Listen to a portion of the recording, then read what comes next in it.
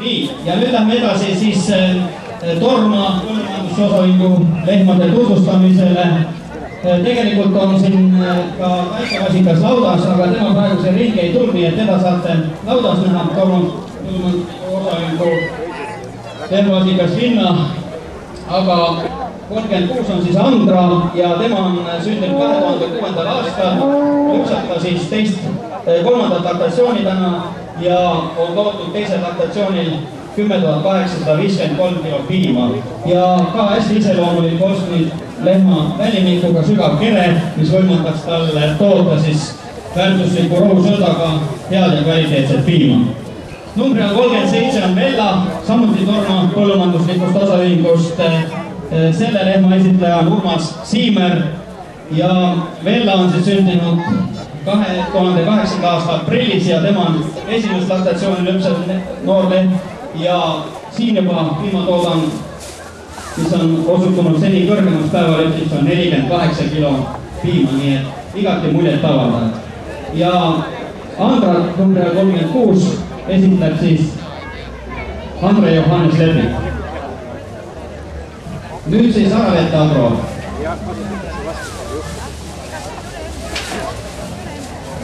Aravette Agro on täna siin Tartus Ülenurme põllumajandusmuuseumis teist korda väljas, et 2002. aastal nad olid ka siin ja siis esitasid Eesti kaunimat lehma kissad.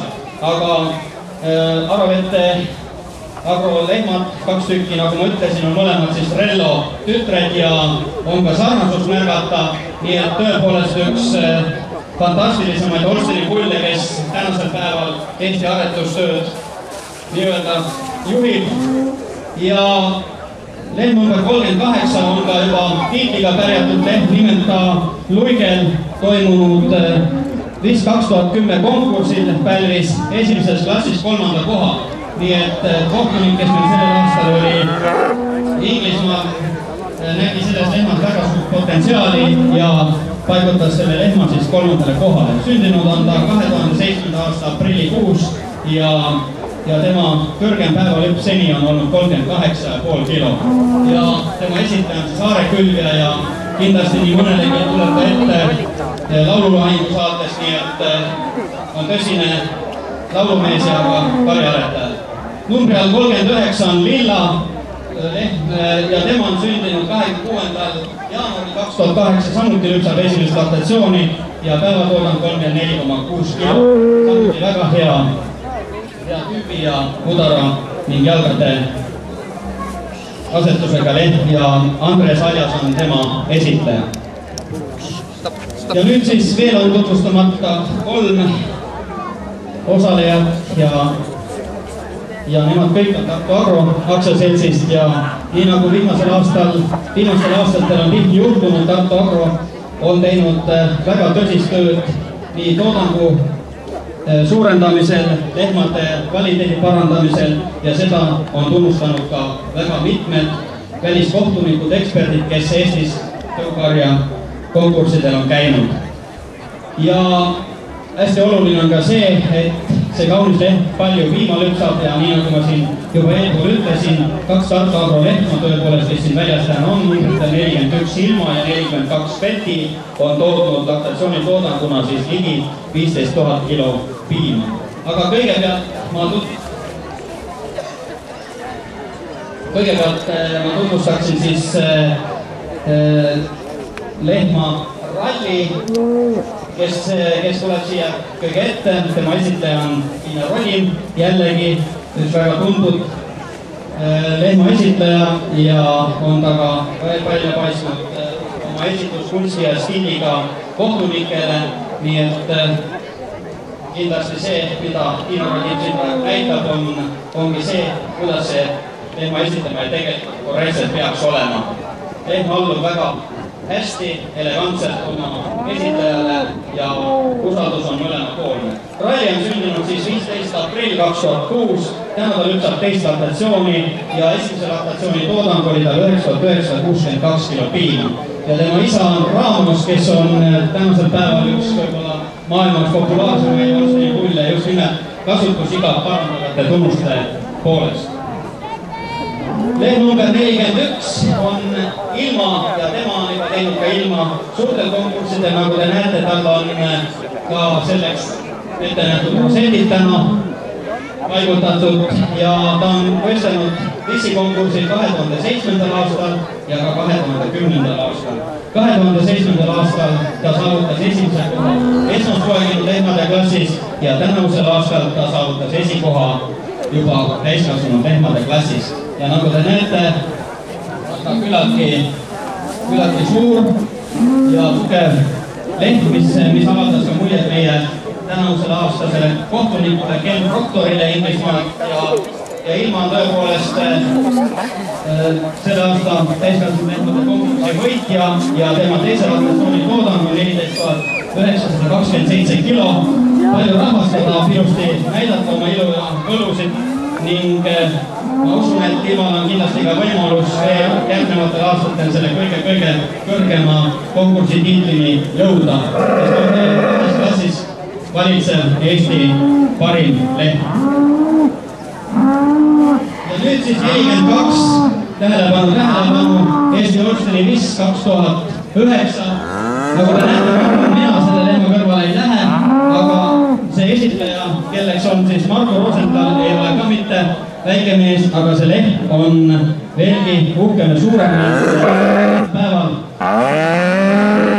Hakkab ulatuma 160 sentimeetrini, nii et kui me kunagi arutasime, et kui suur see Eesti lehm võiks olla, siis tegelikult eks see, kuna sinna kanti hakkab olema, mis optimaalne on. Ja Feti on siis 2010. aasta Eesti kõige kaunim lehm, 2009. aasta ja lisaks sellele ilule on ta siis ka teisel laktatsioonil tootnud juba 14 839 kilo piima. Ja minu arust on ka hästi tähtis see, et Feti isa on Eestis aretatud Bull Festival. Nii et ka Eesti aretus on olnud väga silmapaistev ja eelmisel aastal Prantsusmaa kohtunik hindas Fetit väga kõrge. Feti esitleja on Marko Rosenthal ja ilma number 41 tema esitleja on siis ka hästi kogenud esitleja Maie Tamm Tartu Agro farmist.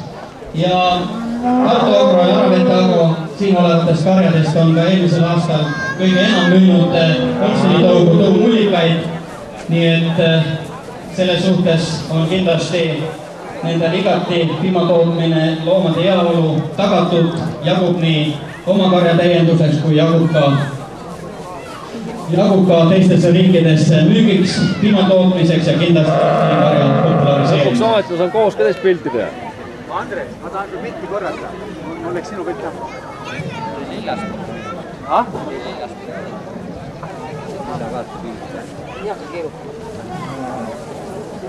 Holsteini tõugu Eestimaal on ligi 70 000 lehma ja protsentuaalselt see tähendab 76,1% kogu lüpsilehmade populatsioonist.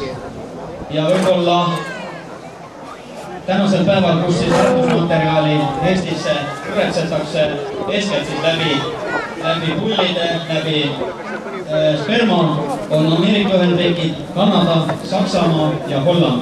Need on ka võib-olla sellised kõige tugevamad ja sügavamad Holsteini hällid, kus siis aretusmaterjali ostetakse ja võib-olla ka kõige pikema traditsiooniga Holsteini kasvatusega riigi.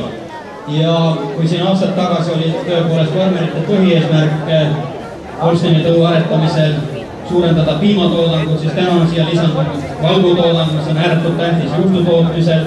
Lisandunud on ka pudara tervisenäitajad, et see piim oleks kvaliteetne ja samuti sellised nii-öelda funktsionaalsed tunnused, mis tegelikult igapäevaselt tootmist ei mõjuta, küll aga tema kasutusiga ja hästi tähtis on ju see, kui me näeme, et see lehm on tootlik ka näiteks 6. laktatsioonil, mitte ainult 1.-2. laktatsioonil. Ja tundub, et nad selles tänases ilmas siin väga hästi ennast tunnevad ning naudivad, nii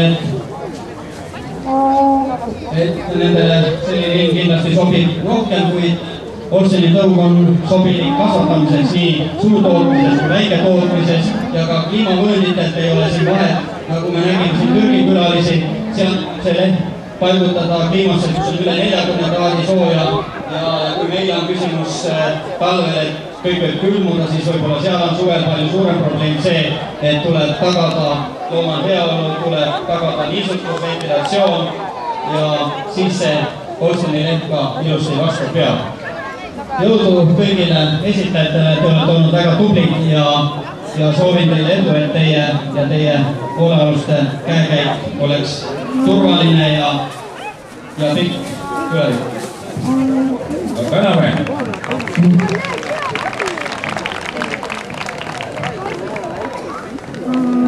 Nii nagu meil kombeks on, kuulutame välja Eesti Holsteini nõu parima aretaja aastal 2010 ja selleks osutus Aravete Agro. Inimestel on maitsed.